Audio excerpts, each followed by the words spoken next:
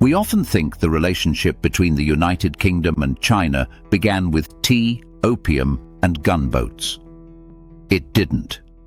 Long before modern nation-states existed, the far ends of Eurasia were already connected through networks of trade and exchange. Around 1300 BCE, tin mined in Cornwall was feeding the Bronze Age economies of Europe and the Mediterranean. Bronze required tin. Without it, empires could not arm themselves.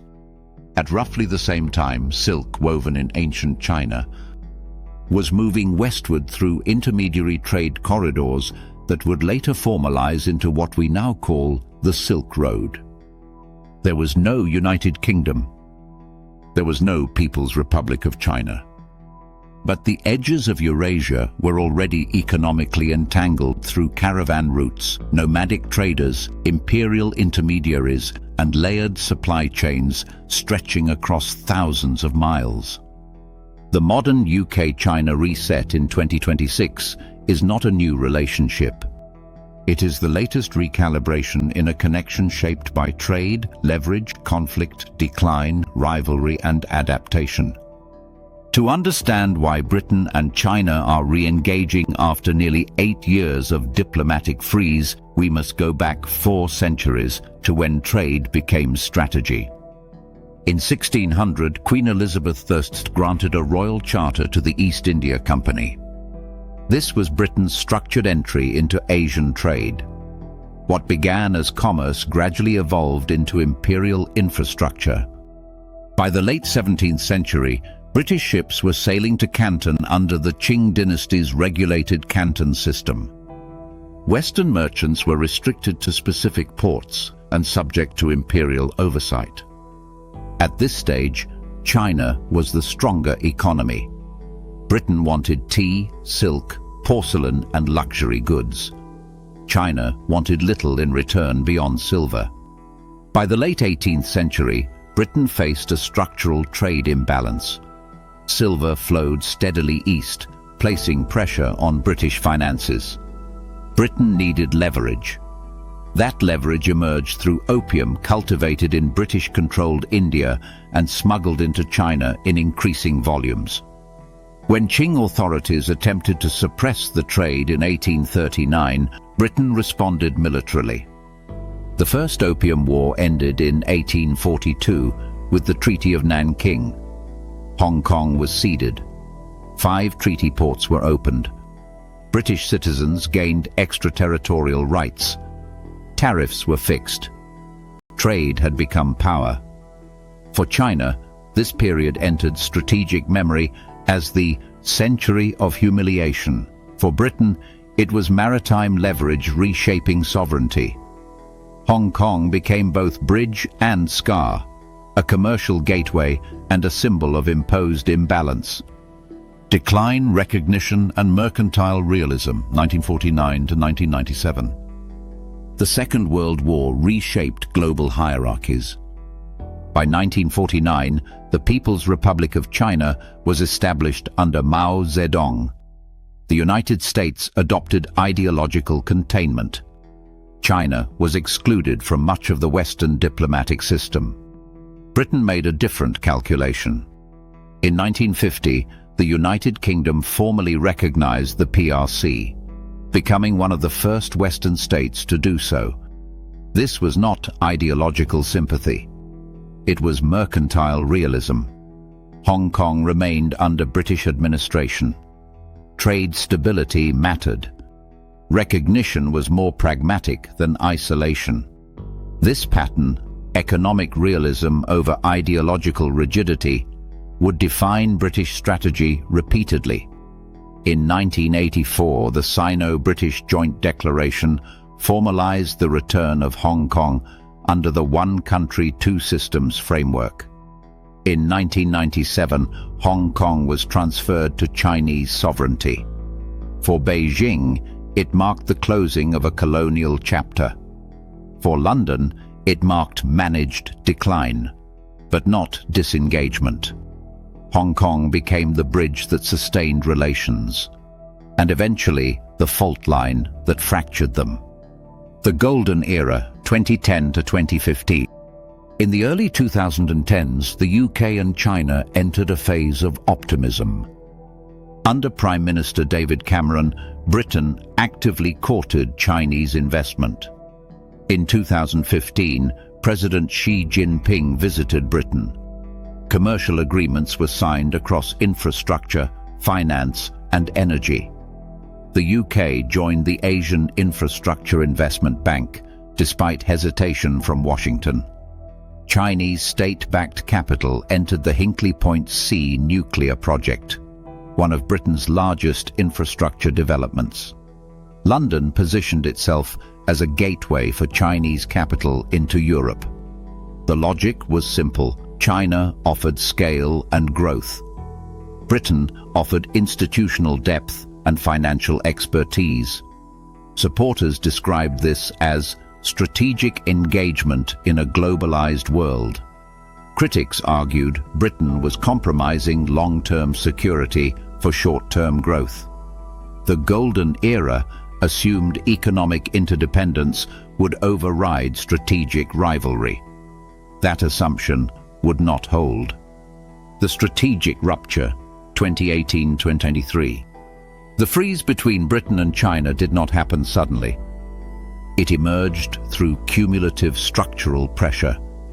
In 2019, large-scale protests erupted in Hong Kong over a proposed extradition bill that many feared would erode judicial autonomy.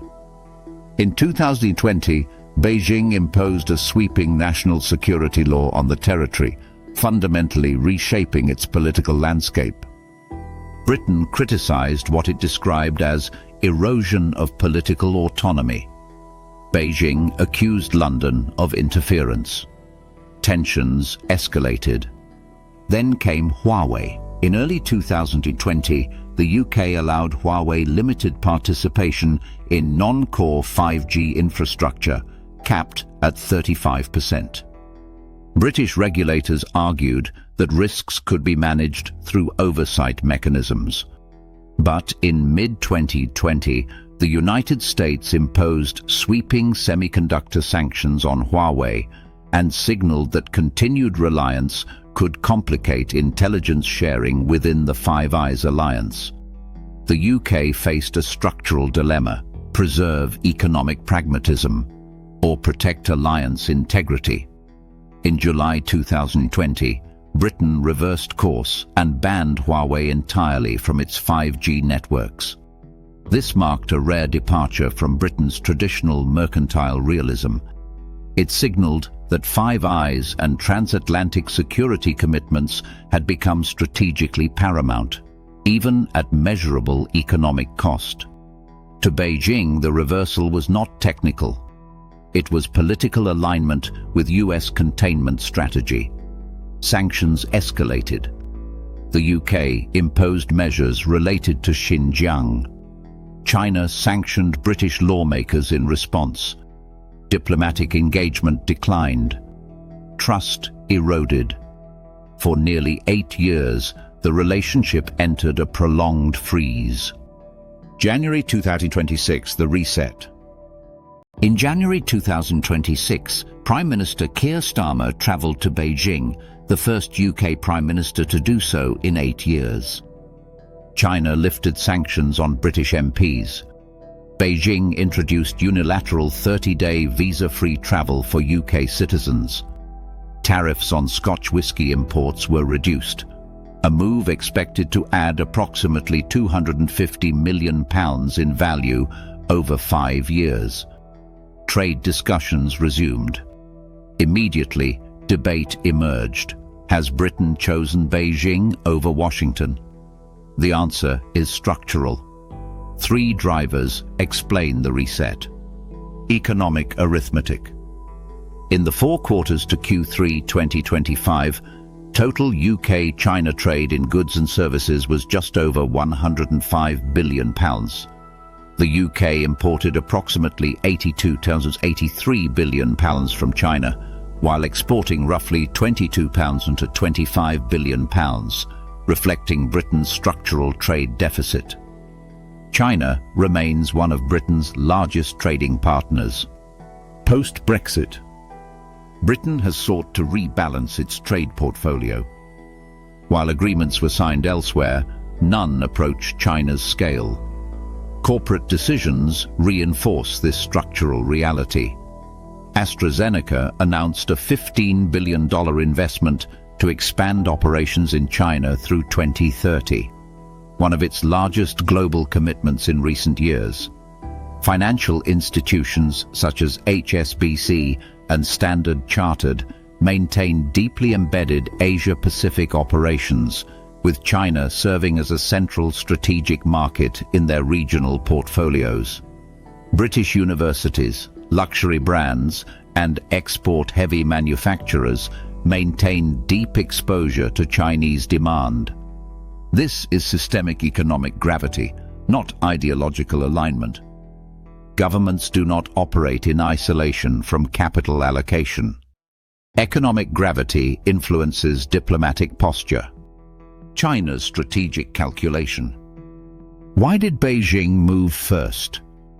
China faces slower economic growth and sustained rivalry with the United States.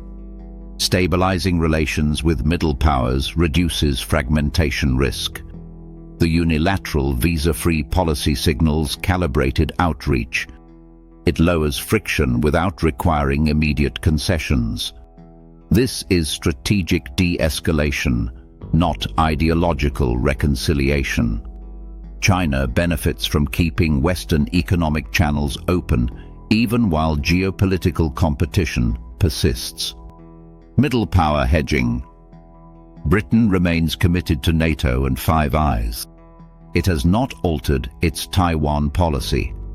It has not reversed Huawei restrictions. President Donald Trump warned the reset was real dangerous, arguing that deeper UK-China ties could weaken Western strategic cohesion at a time of rising rivalry. From Washington's perspective, unity strengthens leverage. From London's perspective, overexposure to binary alignment increases vulnerability. Hedging is not defection. It is risk diversification in a multipolar system. Middle powers distribute exposure rather than commit absolutely. The human rights question. Critics argue the reset sidelines concerns regarding Xinjiang and Hong Kong. That tension is real. Britain appears to be prioritizing economic stabilization over sustained public confrontation. Whether that trade-off is morally justified is a normative debate. Strategically, it reflects state-level risk management. The Hong Kong litmus test. Hong Kong remains the clearest indicator of depth. If Britain softens public criticism of governance in Hong Kong or reduces diplomatic emphasis, the reset moves from economic pragmatism toward political accommodation. If criticism continues alongside trade expansion, the reset remains transactional. Hong Kong is the test. What to watch through mid-2027?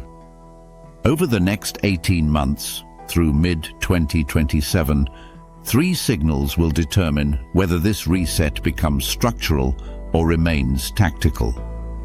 First, Taiwan rhetoric. Second, investment screening in sensitive sectors. Third, alliance consistency within NATO and Five Eyes.